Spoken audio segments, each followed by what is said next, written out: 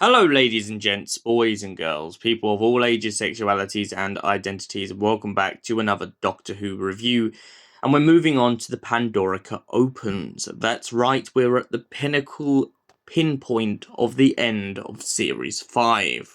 The Doctor finds himself being lured to Stonehenge after seeing a message from the far future from River Song.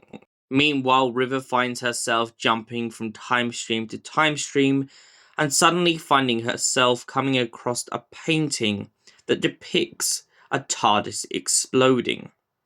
This painting was produced by none other than Vincent van Gogh, so for Gogh to be going mad and to be seeing this image, what exactly has been happening with time? The Doctor, once he's at Stonehenge, finds River Song posing as Cleopatra. She has a full regiment of Romans surrounding her, and the Doctor finds himself going down to the base of Stonehenge and discovering a secret tomb. A tomb that in the centre of it has the Pandorica. Now, what is the Pandorica? It is essentially, well, it's a prison in this one's case. The Pandorica is described as a place that any monster too dangerous to deal with would be locked inside forever, never to be able to escape, not until the Pandorica is opened. The Doctor and Amy find themselves bludgeoning themselves around, and the Doctor suddenly realises that one of the Romans looks a lot like Rory. Did I say looks a lot like? Are you kidding? It is Rory. That's right, our lover boy from the hospital has now found himself becoming a Roman. Yes, it seems like when the crack began to essentially take over his body and the light consumed him in hungry earth and cold blood, Rory was then transported back in time, his whole history rewritten, and he lived his life as a Roman. Rory steps in to basically save the Doctor and Amy from a rogue Cyberman.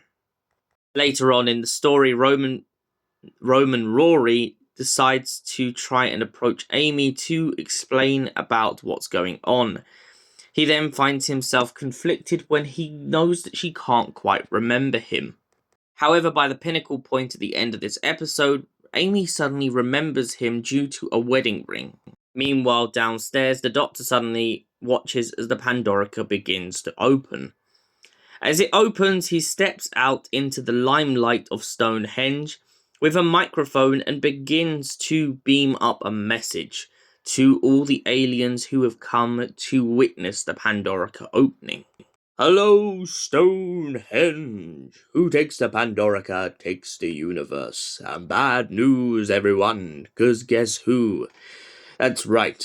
Can you all stop whizzing about? It's very distracting because I am talking. First question of the hour. Who's got the Pandorica? I do. Second question. Who's coming to take it from me?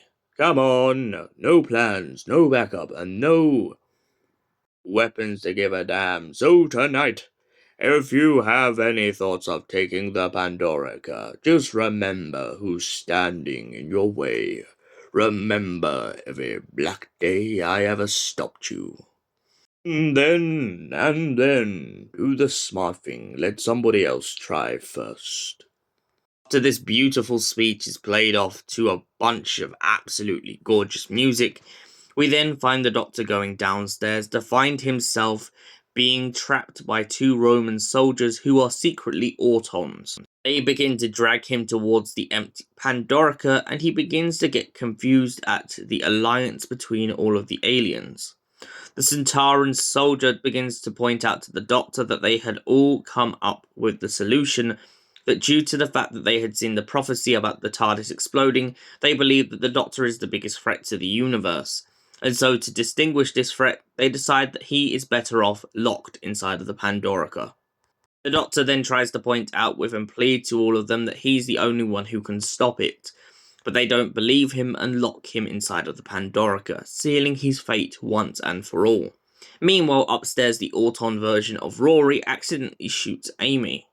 Believing himself to have killed her, he becomes very conflicted, and we're left watching as the stars go out. Planet by planet, and all the creatures down by the Pandorica slowly turning to stone.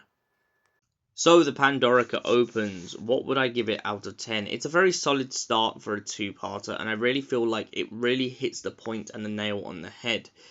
It's very on point with everything that it's saying, and we can really kind of express grief when we watch River Song being trapped in a time loop at the end of this story.